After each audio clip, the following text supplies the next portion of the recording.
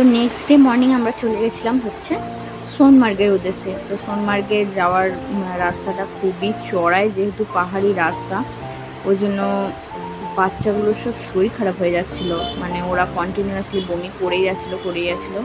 ওই জন্য সোনমার্গে যাওয়ার পথে আমার বেশি ভিডিও করা হয়নি, টুকটাক জাস্ট একটুখানি যে জায়গাগুলো ভালো লাগছিলো সেগুলো ক্লিপ নিচ্ছিলাম। বাকি মেয়েটার এত শরীর খারাপ হয়ে গেছিলো, পুরো বমি করতে করতে গোটা রাস্তা গেছে। তো এই টুকটাক ভিডিওই জাস্ট করা হয়েছে, কিন্তু বেশ সুন্দর নদী পাহাড় একসাথে, তো খুব সুন্দর সোনমার্গ জায়গাটাও।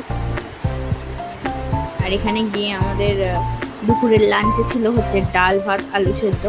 একটা বেশ শীতকালে পিকনিক ফিল আসছিল, কিন্তু ঠান্ডাও ছিল ভালো রকমের, মনে হচ্ছিল যেন কোনো স্বপ্নপুরীতে চলে এসেছি। খুব সুন্দর, মানে কাশ্মীর তো সুন্দরই। তো সেই দিন যেমন তেমন করে ঘুরে এসে পরের দিন গেছিলাম ডাল লেকের শিকারা রাইডে। ডাল লেক মানে কি বলবো, অসাধারণ সুন্দর। আর মানে ডাল লেকের জন্যই বেশি করে আমার কাশ্মীর যাওয়া। আর শিকারাতে চড়ে গোটা ডাল লেক ঘোরা মানে এক সুন্দর অভিজ্ঞতা ছাড়া কিছুই না, খুবই সুন্দর। আর এত বড় লেকটা মানে চিন্তার বাইরে। আর তোমাদের দাদার খুব ইচ্ছে ছিল হাউস বোটে একদিন থাকার জন্য, তো হাউস বোটে আর থাকা হয়নি, যেহেতু সমস্ত কিছু বুক করা ছিল তাই জন্য। কিন্তু শিকারা এত ভালো লেগেছে, মনে ছিল যদি আরও কিছুক্ষণ থাকতাম আরও ভালো লাগতো।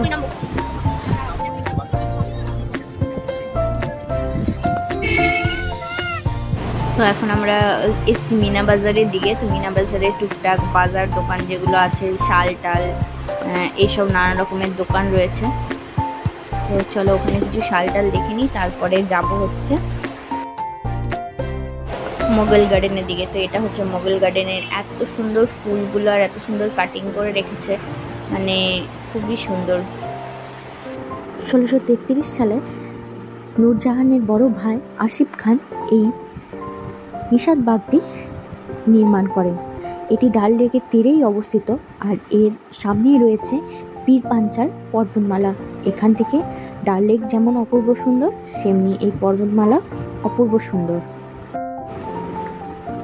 কাশ্মীরের মোগল বাগানগুলি মোগল সম্রাটের দ্বারাই নির্মিত হয়েছিল, যেখানে শালিমার বাগ 1619 সালে সম্রাট জাহাঙ্গীর তার স্ত্রী নূরজাহানকে উৎসর্গ করে তৈরি করেছিলেন, এবং এই নিশাত বাগ 1633 সালে নূরজাহানের ভাই আসিফ খান নির্মাণ করেন। এখন এগুলো সব পর্যটন কেন্দ্র হয়ে গেছে, কিন্তু খুবই সুন্দর।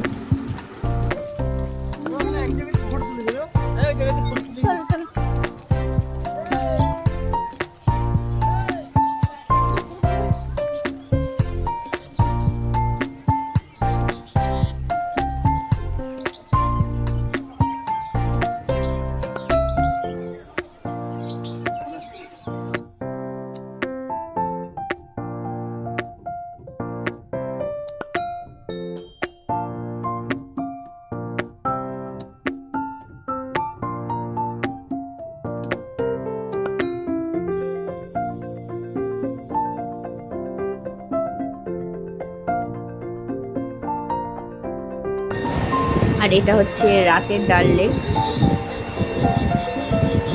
লাইটে এত সুন্দর লাগছে, আর লাইটের ফ্ল্যাশগুলো জলের মধ্যে পড়ছে, আরও যেন সুন্দর লাগছে। ডাল লেকটা সত্যিই খুব সুন্দর।